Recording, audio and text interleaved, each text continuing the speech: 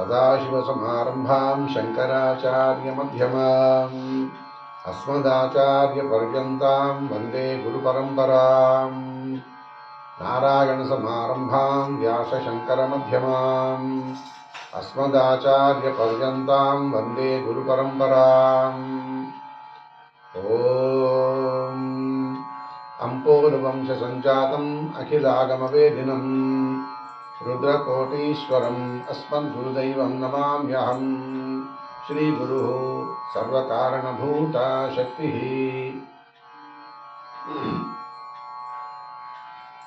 శంకర భగవత్పాదాచార్య విరచితమైన శివానంద లహరి నుండి 18వ శ్లోకం. త్వమేకో లోకానాం పరమఫలదో దివ్య పదవీం వహంతస్త్వన్మూలాం పునరపి భజంతే హరిముఖాః. క్రియాద్వా దాక్షిణ్యం తవ శివ మదాశాచకియతి కదా వా భద్రక్షాం వాసి కరుణాపూరితదృశా.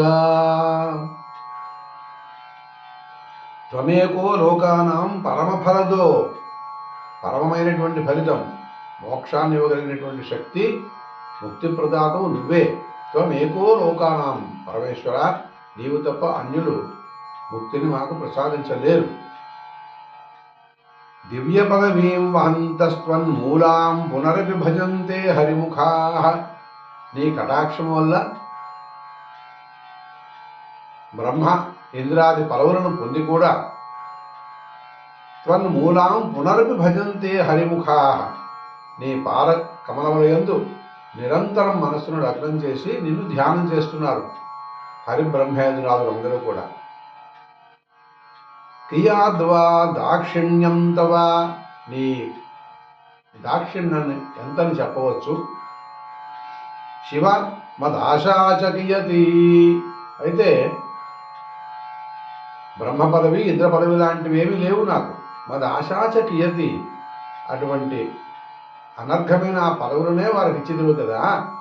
మరి మదాశాచకియతి, నా మనసులో ఉన్న ఆశనగా ఏపాటి, నా వాంఛితం ఏపాటిది. స్వామి, ఇవి నీవు తీర్చలేనివేమి కావు. నేను అడుగుతున్నది మోక్షమిమ్మని. అందుకే ఆ నన్నయ్య భట్టారకులు శివ దండకంలో అంటారు, మహేంద్రాది బృందారక ఆనంద సంధాయి పుణ్యస్వరూప విరూపాక్ష.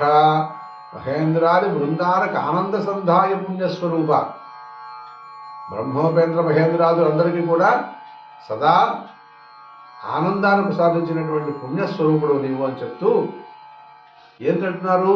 నీ ప్రసాదంబునం సర్వగీర్వాణ గంధర్వులం సిద్ధ సాధ్యోర కేంద్ర సురేంద్రాదులను శాశ్వత ఐశ్వర్య సంప్రాప్తులైరీశ్వర విశ్వకర్త సురాభ్యర్చిత నాకు నభ్యర్థితంబులు ప్రసాదింపు కారుణ్యమూర్తి త్రిలోకైక నాథాధినాథ మహాదేవదేవ నమస్తే నమస్తే నమస్తే నమః.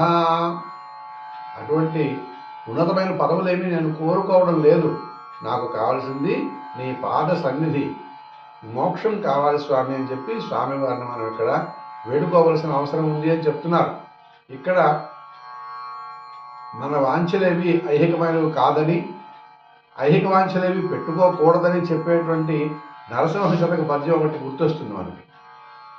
ఐశ్వర్యములకు నిన్ను అనుసరింపగలేదు, ద్రవ్యమిమ్మని వెంట దగులలేదు, కనుక మిమ్మని చాలా కష్టపెట్టగలేదు, పల్లకిమ్మని నోట పలుకలేదు, సొమ్ములిమ్మని నిన్ను నమ్మి కొల్వగలేదు, భూములిమ్మని పేరు పొగడలేదు, బలములిమ్మని నిన్ను బ్రతిమాలగా లేదు, పశుల నిమ్మని పట్టు పట్టలేదు, నేను కోరినదొక్కనే నీలవర్ణ చెయ్యనను మోక్షమిచ్చిన చాలు నాకు, భూషణ వికాస శ్రీధర్మపుర నివాస దుష్ట సంహార నరసింహ దురిత దూర అంటారు అక్కడ శేషప్ప కవి గారు.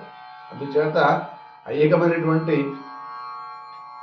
పశువులు, బంధువులు, పల్లకీలు, లేకపోతే ఐశ్వర్యాలు ఇవి కాదు నాకు కావలసినవి, నాకు మోక్షం ఇమ్మని నేను కోరుతున్నాను స్వామి అని చెప్పి ఆయన అంటారు. అలాగా పరమేశ్వరుని మనం కోరదగినది ఏమిటి అంటే ఈ భౌతికమైన ఐశ్వర్యాలు వాంఛలు కాదు. మోక్షం ఇమ్మని కోరాలి. ఎందుకు? మోక్షం ఇవ్వగలిగింది ఆయన ఒక్కరే. అందుకే ఏమిటంటున్నారు ఈ శ్లోకంలో మరొకసారి, త్వమేకో లోకానాం పరమఫలదో దివ్య పదవీం వహంతస్త్వన్మూలాం పునరపి భజంతే హరిముఖాః కియాద్వా దాక్షిణ్యం తవ శివమదాశా చ కియతి కదా వా మద్రక్షాం వహసి కరుణాపూరితదృశా. అందుచేత స్వామి, ముక్తి ప్రదాతవు నీవే కనుక ముక్తిని కోరి మాత్రమే నీ చరణాలను ఆశ్రయిస్తున్నాను అని చెప్పి ఆ స్వామివారికి మనం విన్నవించుకోవాలని శంకరాచార్య స్వామి వారు ఈ శ్లోక మూలకంగా మనకు చెప్తూ ఉన్నారు. సర్వం శ్రీ చంద్రశేఖర చరణారవిందార్పణమస్తు. స్వస్తి.